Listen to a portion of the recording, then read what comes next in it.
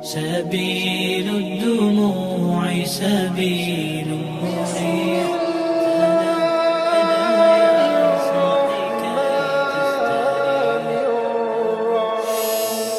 Assalamualaikum warahmatullahi wabarakatuh. Bismillah, alhamdulillah, wassalatu wassalamu ala rasulillah Sayyidina Muhammad ibn Abdillah wa ala alihi wa sahbihi wa mawalah, amma ba'd. Pertama-tama dan yang paling utama, marilah senantiasa kita memanjatkan puji dan syukur kehadirat Allah Subhanahu wa Ta'ala. Alhamdulillah, pada kesempatan malam hari ini kita masih diberikan taufik, hidayah, petunjuk serta kekuatan daripada Allah Subhanahu wa Ta'ala selepas melaksanakan perintah Allah yang menjadi kewajiban kita, yaitu sholat Isya berjamaah.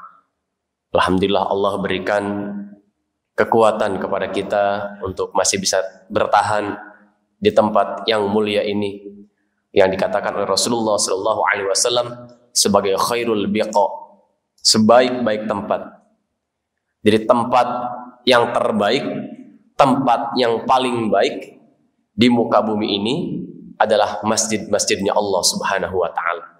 Mudah-mudahan kebaikan masjid menular kepada kita sekalian. Amin ya Allah ya Rabbal Alamin.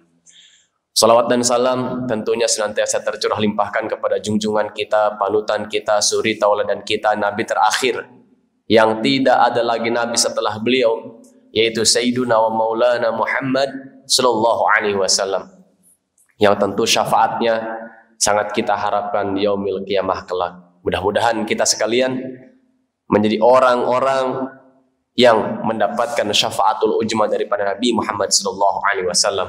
Amin ya Allah ya Rabbal Alamin. Yang saya hormati jamaah Masjid Al-Muhajirin yang tidak bisa saya sebutkan satu persatu.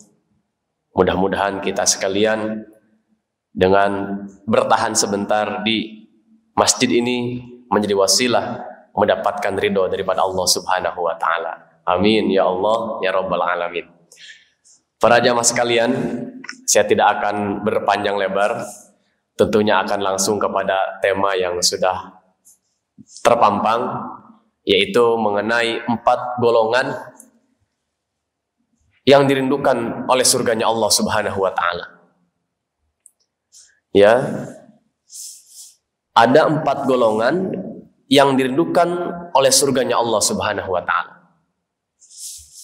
Bisa kita bayangkan dalam kehidupan di dunia ini, manakala kita berangkat bekerja ke tempat yang sangat jauh, jauh dari keluarga, jauh dari bapak, ibu, jauh daripada anak, jauh daripada istri.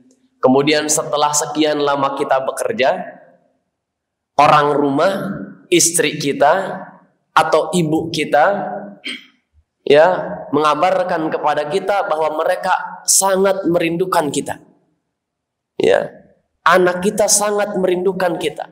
Istri kita sangat merindukan kita. Ibu kita sangat merindukan kita. Betapa bahagia ya saat itu kita merasakan, karena mereka mengatakan kerinduannya kepada kita. Mereka menyampaikan rasa rindunya kepada kita. Mungkin saat kita sepulang bekerja letih, lesu, tapi ketika mendengar bahwa mereka rindu, kangen sama kita, maka letih, lesu, capek itu hilang seketika, karena merasakan kebahagiaan yang sangat luar biasa.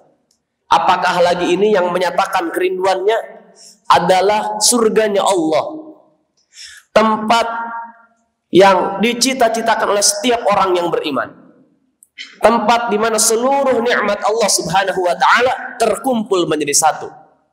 Andai kata ada orang yang sangat menderita di dunia ini, dari sejak dilahirkan, kemudian sampai besar, ketika besar sampai meninggalnya, tidak pernah merasakan kebahagiaan sedikit pun.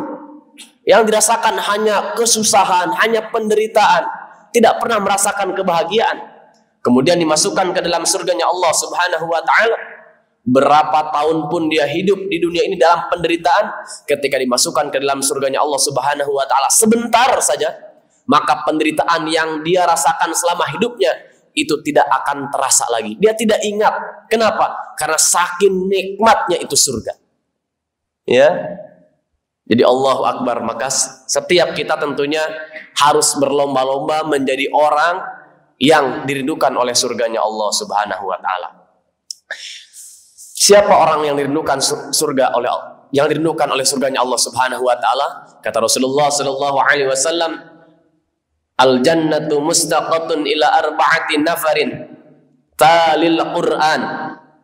Surga rindu kepada 4 golongan. Yang pertama adalah talil Qur'an.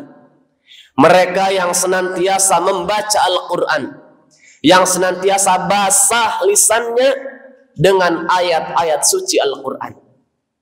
Para jamaah sekalian, Al-Quran itu jangankan dibaca, ya, kita melihat memegang mushaf dalam keadaan suci itu sudah ada balasan pahala daripada Allah Subhanahu wa taala.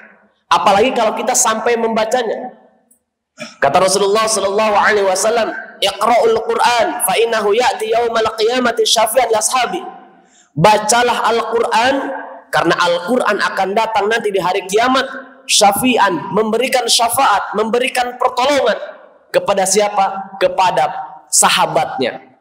Siapa sahabat Al-Quran?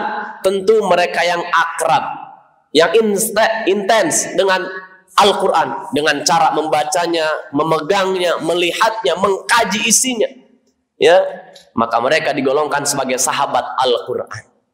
Maka walaupun Ramadan telah berlalu, ya, Al-Quran jangan kita tinggalkan.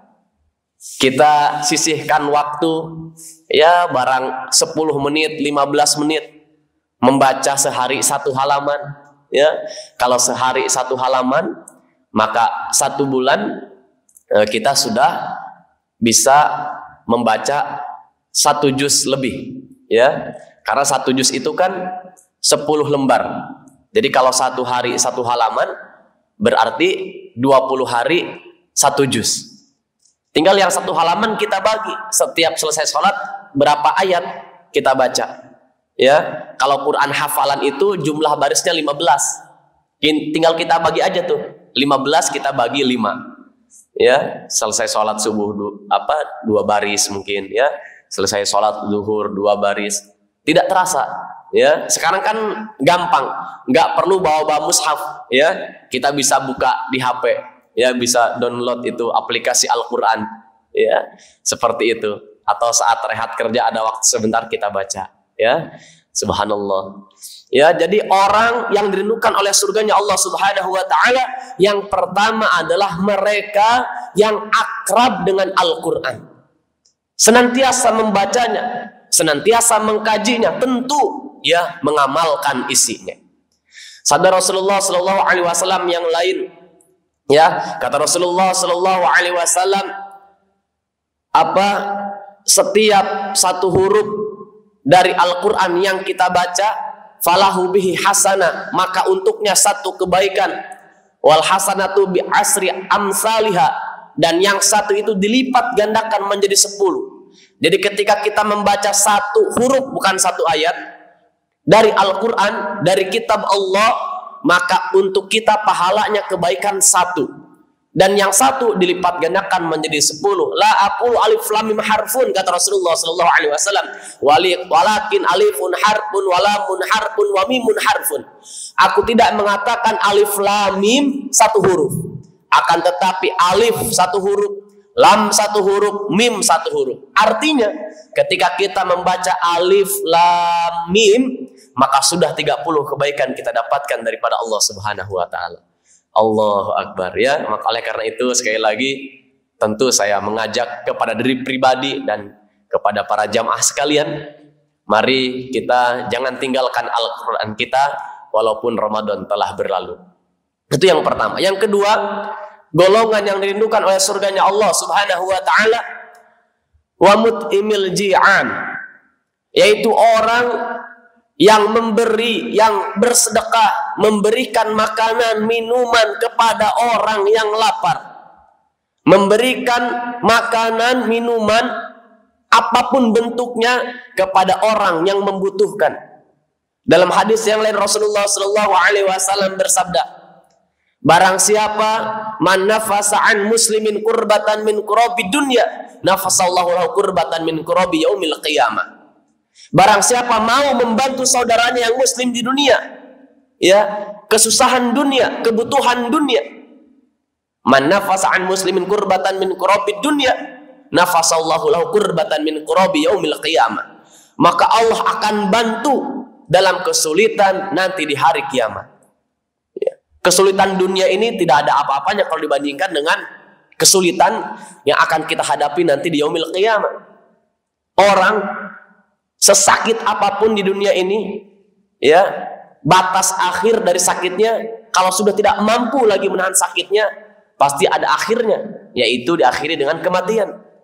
Tapi di yaumil qiyamah, sakit yang kita rasakan tidak akan ada ujungnya. Nah, buat mereka-mereka yang mau menolong saudaranya yang sedang kesusahan, yang sedang membutuhkan pertolongan, maka nanti di yaumil qiyamah ketika orang dalam kesusahan, ketika saat itu kita sangat membutuhkan pertolongan, buat mereka-mereka yang mau membantu saudaranya dalam kesusahan, maka saat itu akan Allah bantu. Saat itu akan Allah tolong. Ya, Abah pernah cerita.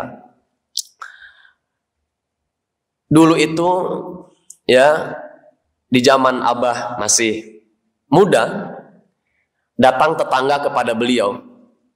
Kata tetangga, Pak Kiai, saya ini punya gudang penyimpanan barang, tapi tidak pernah aman. Ya, selalu ada yang mencuri.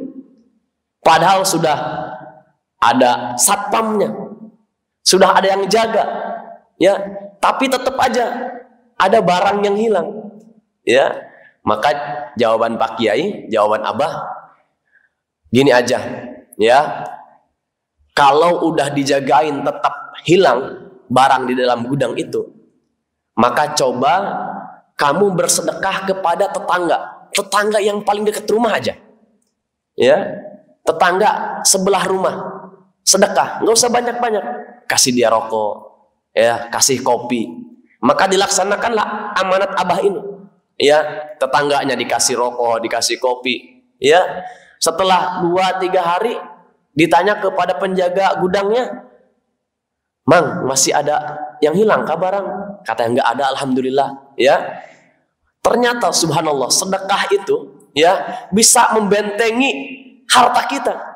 Ya, cerita Abah nih, ya, coba kalau andaikan yang punya gudang ini pelit, ya, ketika ada orang datang mau mencuri, kemudian tetangga kita ngelihat, ya, ngelihat orang yang mau mencuri itu, ya, ditanya sama tetangga kita, Pak, mau kemana? Mau ke situ ngambil barang orang di gudang situ. Oh ya udah, ambil aja. Kenapa? Karena tetangganya juga kesel sama kita. Ya, kenapa? Karena kitanya tidak pernah sedekah. Ya, kata tetangga kita, udah ambil aja Pak. Orang pelit kayak begitu. Ya, tapi kalau kita baik sama tetangga kita nih, ya, baik sama saudara kita, sama tetangga kita, ya, mau bersedekah, suka memberi. Ya, ketika ada orang datang mau mencuri di tempat kita, ya, ketika pencuri datang, tetangga kita ngelihat, pasti tetangga kita bilang, mau kemana? Ya, mau mencuri di situ ya? Awas ya, mencuri di situ. Itu tetangga saya mencuri barangnya, mencuri hartanya, kamu berhadapan dengan saya. Tuh, kalau kita baik, masuk logika ya. Jadi kalau kita baik kepada tetangga kita, kepada saudara kita, ya, maka tanpa diminta pun, maka tetangga kita, saudara kita akan ikut mengamankan harta kita, akan ikut baik kepada kita, ya, walaupun kita tidak meminta. Dulu ada Kiai Haji As'ad. Kiai As'ad ini masih murid daripada Syekhona Khalil Bangkalan, yang di sebagian ulama Nusantara dikenal sebagai waliullah, karena hampir seluruh sanad keilmuan, ya, baik di Pulau Jawa, Kalimantan, Sumatera, Sulawesi, itu mata rantai sanad keilmuannya nyambung kepada Syekhona Khalil Bangkalan, Madura. Ya, punya murid namanya Kiai As'ad. Saat Kiai As'ad ya berada di dalam masjid, maka pengurus masjid mengadu kepada Kiai As'ad, "Pak Kiai, ini bagaimana ya? Di tempat kita ini, masjid kita ini sering kehilangan sandal. Kalau di sini suka nggak?" Enggak ya, alhamdulillah. Ternyata hilang sandal itu bukan sekarang-sekarang aja. Dari zaman dulunya udah ada. Zaman Kiai As'ad itu tahun berapa? Ya, murid Syekhona Khalil Bangkalan, sandal itu sudah suka hilang di masjid. Ya, dan saya mengalami diundang khutbah di salah satu masjid.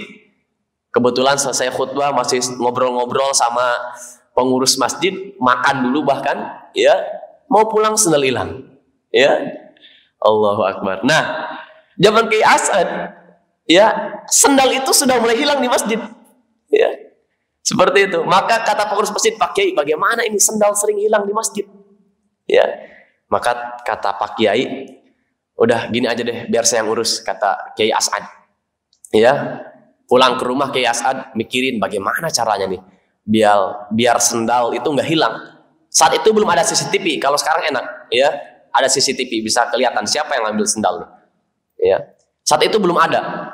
Maka Kiai As'ad mikir, setelah mikir lama, oh, ya, Kiai As'ad itu kenal sama sekelompok orang yang kalau kata sekarang kriminal lah, ya, suka melakukan hal-hal yang kurang benar.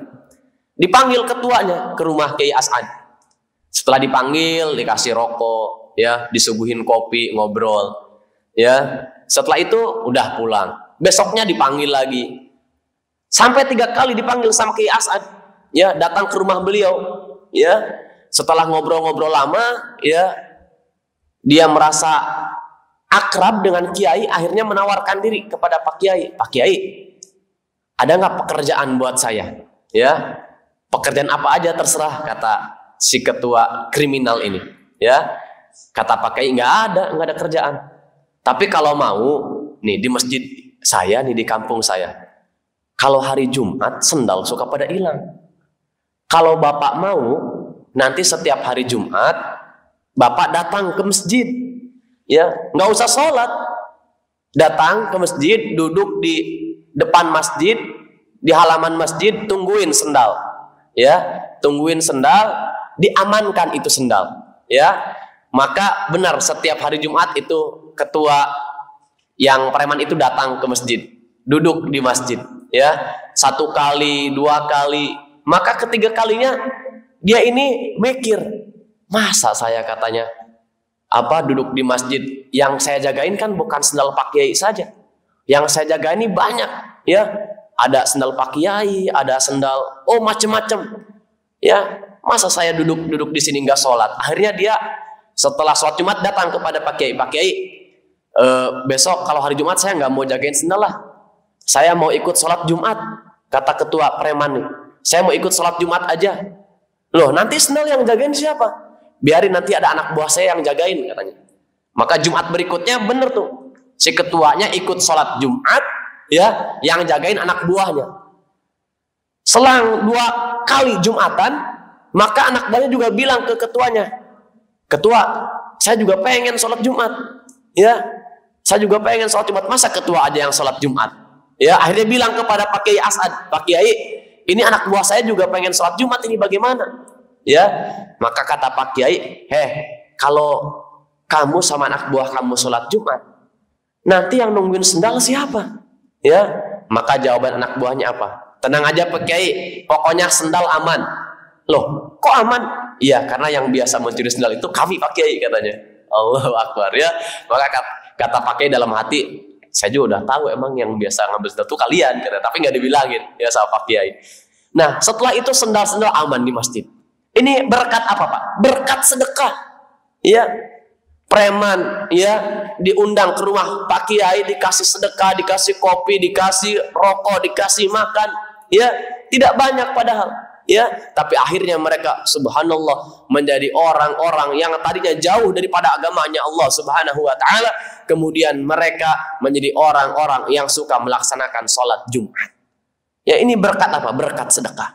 Ya, maka kita yang memiliki keleluasaan rezeki, ya, keleluasaan harta, tentu kita tahu siapa di kampung kita yang kurang mampu, maka itu harus ada kepekaan dalam diri kita. Oh, tetangga saya yang ini suaminya meninggal, maka kita harus peka, kita bantu mereka, ya. Kita sisihkan sebagian daripada harta kita. Itu yang kedua, mut'imil ji'an. Ya, berikutnya wahafizil lisan. Yaitu orang yang senantiasa menjaga lisannya, menjaga ucapannya, menjaga perkataannya. Kalau sekarang bukan hanya perkataan yang harus dijaga, tapi jari jemari kita nih. Ya, jangan asal posting, ya. Jangan asal kita menulis berita yang enggak benar, menyebarkan berita yang belum jelas kebenarannya. Terlebih tidak lama lagi kita menjelang pemilihan umum, ya. Ini harus menjadi perhatian buat kita sekalian. Kita nggak usah ikut-ikutan, ikut menyebarkan berita-berita yang nggak benar, walaupun kita mendukung salah satu calon misalkan. Saya pokoknya ngefans berat nih sama calon yang ini, si A, si B misalkan, ya. Pokoknya saya pendukungnya, beliau harus jadi Presiden Republik Indonesia tahun berikutnya, ya. Sehingga berita-berita yang menguntungkan calon yang kita dukung, kita sebarkan. Kita tidak tahu itu benar, kita tidak tahu itu salah. Dan berita yang menyudutkan lawannya juga kita sebarluaskan, ya. Nggak tahu benar, nggak tahu salah. Nah itu hati-hati, ya. Karena wamut'imil ji'an di zaman sekarang tentunya bukan hanya menjaga lisan, ucapan, berikut menjaga jari jemari kita. Kita kontrol jari jemari kita agar jangan sampai berita-berita yang tidak benar ikut tersebar luaskan lewat jari kita. Ya, kita jaga. Wa mut'imil ji'an, kita jaga lisan kita. Jangan sampai kita berbicara yang tidak benar, berbicara yang kotor, kita kurangi. Kalau kita tidak bisa biasanya kan kalau sedang ngobrol bercanda itu suka keluar omongan-omongan yang kadang-kadang ada yang tidak benar kita ikut bicarakan di situ, ya, maka kita kurangi, ya. Kalau kita bisa menjaga lisan kita, maka insya Allah kita menjadi bagian orang-orang yang selamat. Karena salamatul insan fi hifdzil lisan. Selamatnya manusia itu tergantung daripada mampu atau tidaknya kita menjaga lisan kita. Ya, terakhir yang dirindukan oleh surganya Allah Subhanahu wa taala, washaimi fi syahri Ramadan, yaitu orang-orang yang berpuasa di bulan suci Ramadan. Ya, kita kemarin sudah berpuasa sebulan penuh di bulan Ramadan. Kemudian karena ini atofnya menggunakan wawu, dalam dunia pesantren itu dikenal kalau atof menggunakan huruf wawu itu maknanya limut lakil jam'i. Artinya antara amal satu dengan amal yang berikutnya dan amal seterusnya yang masih dihubungkan dengan huruf wawu itu, yang diatopkan dengan huruf wawu itu harus dikerjakan keseluruhannya. Artinya orang tidak hanya kemarin berpuasa di bulan suci Ramadan, akan tetapi setelah keluar dari bulan suci Ramadan, maka amal menjaga lisan, membaca Al-Quran baik kepada tetangga itu harus terus kita laksanakan, ya. Karena tidak bisa kita hanya berpuasa Ramadan tapi tidak baik dengan tetangga. Tidak bisa juga kita hanya berpuasa Ramadan baik dengan tetangga tapi kita malas baca Quran, ya. Kita baik dengan tetangga, kita baca Quran tapi perkataan kita tidak jaga. Maka kalau kita betul-betul ingin menjadi orang yang dirindukan oleh surganya Allah Subhanahu wa taala, maka keempat-empatnya harus kita laksanakan. Kita laksanakan kemarin puasa di bulan Ramadan sudah, kita jaga lisan kita sedekah, berbuat baik kepada tetangga, kepada saudara, kepada orang yang membutuhkan. Kemudian kita juga membaca Al-Quran. Hadirkan Allah Subhanahu wa ta'ala. Mungkin itu saja yang bisa saya sampaikan. Karena amanat dari Ustadz, kata Ustadz 20 menit saja. Alhamdulillah, walaupun 20 menit kita sekalian bisa duduk di tempat ini. Tentunya yang kita harapkan selain daripada mendapatkan tambahan ilmu, walaupun sekarang bisa dengan sangat mudah ceramah-ceramah kita dapatkan di YouTube dan lain sebagainya, tapi dengan kita duduk di masjid ada beberapa keutamaan yang Allah berikan kepada kita. Di antaranya kita bisa beriktikaf dari sholat isya sampai dengan nanti selesai kajian. Kemudian kita juga mendapatkan fadilah-fadilah ilmu yang tentu banyak sekali, yang tidak bisa saya sebutkan di sini, sampaikan di sini karena keterbatasan waktu. Mudah-mudahan di lain waktu kita bisa berjumpa lagi, ya, dalam keadaan sehat walafiat dan dalam keadaan tentunya Allah berikan kekuatan sehingga nanti kita masih bisa mengikuti setiap kajian-kajian yang dilaksanakan setiap malam Jumat di masjid yang kita cintai ini. Amin ya Allah ya Rabbal Alamin. Hadanallahu wa iyyakum ajmain. Khudh masofa wada makadar. Assalamualaikum warahmatullahi wabarakatuh.